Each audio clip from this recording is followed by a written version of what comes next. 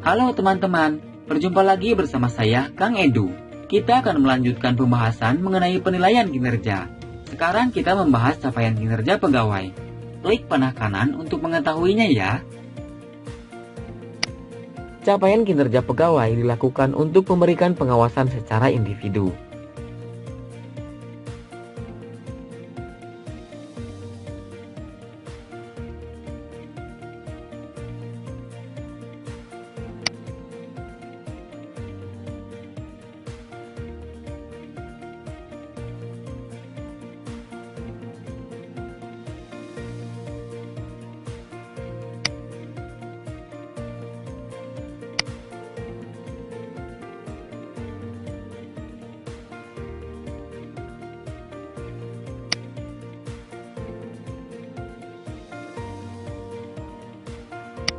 Nah, bagaimana menghitung CKP bukan pemilik peta strategi?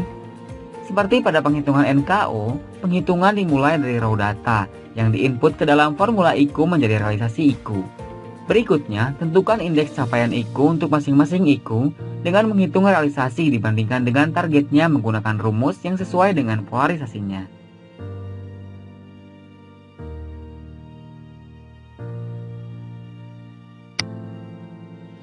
Selanjutnya, tentukan bobot IKU dan bobot tertimbang IKU. Penentuan bobot IKU yang ada dalam kontrak pegawai bukan pemilik peta strategi, ketentuannya adalah sebagai berikut. Bila IKU-nya adalah IKU cascading peta, artinya IKU tersebut diturunkan dari pemilik peta strategi. Maka, bobot IKU ditentukan berdasarkan kombinasi validitas dan derajat kendalinya, seperti pada penghitungan NKO yang ditampilkan dalam tabel bobot di dalam KMK 467 tahun 2014. Untuk IKU bukan cascading peta, IKU C atau IKU N, maka bobotnya ditetapkan sebesar 9%.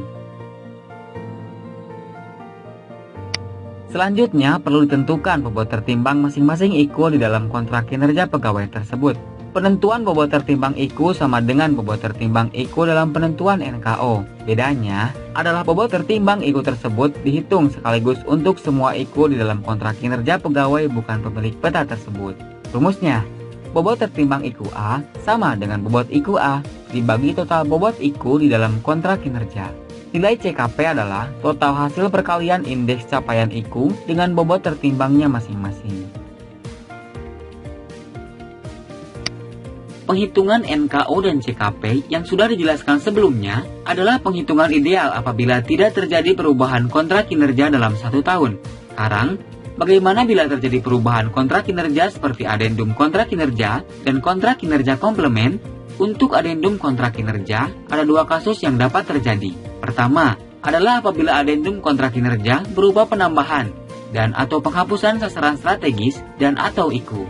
Maka, CKP tahunan pegawai tersebut adalah kombinasi penghitungan dari CKP triwulanan atau semesteran antara periode sebelum dan sesudah adendum sesuai dengan rumus berikut dengan penjelasan CKP 1 sama dengan CKP sebelum adendum, CKP 2 sama dengan CKP setelah adendum, N1 sama dengan kurun waktu pelaksanaan kontrak kinerja sebelum adendum dalam satuan triwulan, N2 sama dengan kurun waktu pelaksanaan kontrak kinerja setelah adendum dalam satuan triwulan. Apabila adendum kontrak kinerja merubah target tahunan, maka CKP tahunan dihitung menggunakan IKU dan target IKU pada akhir tahun sesuai target yang di adendum tersebut. Apabila adendum terjadi pada pemilik peta strategi, maka untuk penghitungan NKO, IKU dan target IKU pada akhir tahun disesuaikan dengan isi adendum kontrak kinerja. Apabila terdapat penambahan dan atau penghapusan IKU, maka baik IKU yang ditambahkan maupun IKU yang dihapuskan diperhitungkan kinerja atau capaiannya dalam NKO. Apabila terdapat perubahan target, maka menggunakan target terakhir. Contoh penghitungan dapat dilihat pada materi suplemen di pembelajaran ini. Nah, baru saja kita membahas CKP dan NKO apabila terjadi adendum kontrak kinerja. Sekarang, bagaimana apabila terjadi kontrak kinerja komplement? Apabila terjadi kontrak kinerja komplement, berarti pegawai memiliki lebih dari 1 kontrak kinerja dalam 1 tahun penilaian. Nilai CKP tahunan bila pegawai memiliki lebih dari 1 kontrak kinerja adalah seperti rumus berikut ini, di mana CKP 1 sama dengan CKP dari kontrak kinerja 1. CKP 2 sama dengan CKP dari kontrak kinerja 2. N1 sama dengan kurun waktu pelaksanaan KK1 dalam satuan triwulan. N2 sama dengan kurun waktu pelaksanaan KK2 dalam satuan triwulan. T sama dengan periode yang tidak diperhitungkan atau blank spot dalam satuan triwulan. Apabila pegawai bekerja dalam satu unit kurang dari 75 hari kalender dalam satu triwulan, maka realisasi pada triwulan tersebut tidak diperhitungkan atau disebut blank spot. Pembagian triwulan sesuai KMK 467 tahun 2014 adalah sebagai berikut. Triwulan 1, periode dari tanggal 1 Januari sampai dengan 31 Maret. Triwulan 2, periode dari tanggal 1 April sampai dengan 30 Juni. Triwulan 3, periode dari tanggal 1 Juli sampai dengan 30 September. Triwulan 4, periode dari tanggal 1 Oktober sampai dengan 31 Desember. Pengaturan jangka waktu penilaian dalam lembar penilaian SKP.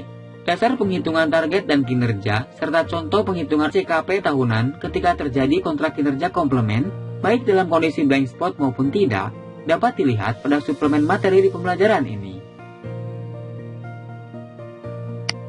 Berikutnya adalah penghitungan CKP bagi pejabat yang merangkap jabatan sebagai PLT. 1. CKP pegawai yang merangkap jabatan menggunakan CKP pada jabatan definitifnya. 2. CKP pegawai yang ditunjuk sebagai pelaksana tugas atau PLT pada suatu jabatan. Dapat dimasukkan dalam penghitungan CKP tahunan jika A. Pegawai tersebut tidak menduduki jabatan lain selain jabatan PLT tersebut, dan B. Penunjukannya sebagai PLT disebabkan karena tidak terpenuhinya syarat kepangkatan atau menduduki jabatan tersebut. CKP bagi pegawai tugas belajar dihitung berdasarkan penilaian prestasi akademik. Pegawai yang sedang menjalani tugas belajar selama tahun penilaian tidak perlu menandatangani kontrak kinerja namun tetap dilakukan penilaian. CKP tugas belajar dihitung berdasarkan penilaian prestasi akademik.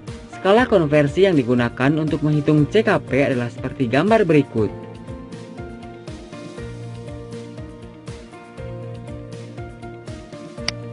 Formula interpolasi dalam menghitung CKP pegawai tugas belajar. Apabila IPK lebih rendah dari syarat lulus, maka rumus CKP sama dengan 90 dibagi syarat lulus dikali IPK. Apabila IPK lebih tinggi daripada syarat lulus, maka rumus CKP dapat dilihat pada rumus di atas.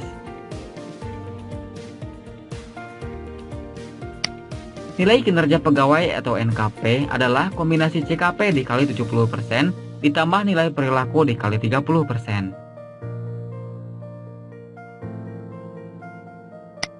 Teman-teman, sebelum mengakhiri pembelajaran ini, selesaikan terlebih dahulu kuis berikut. Tentukanlah berapa persentase capaian kinerja pegawai dan persentase nilai perilaku untuk menghasilkan nilai kinerja pegawai.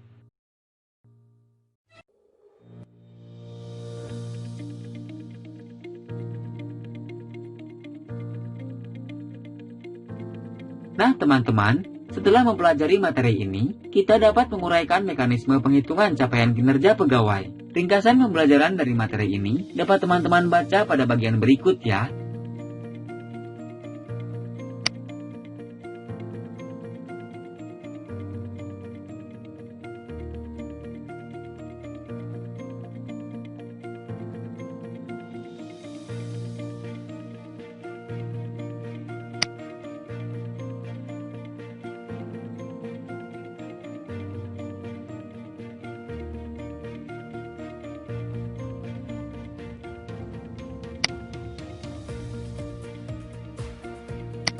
Congratulations, teman-teman telah menyelesaikan materi capaian kinerja pegawai.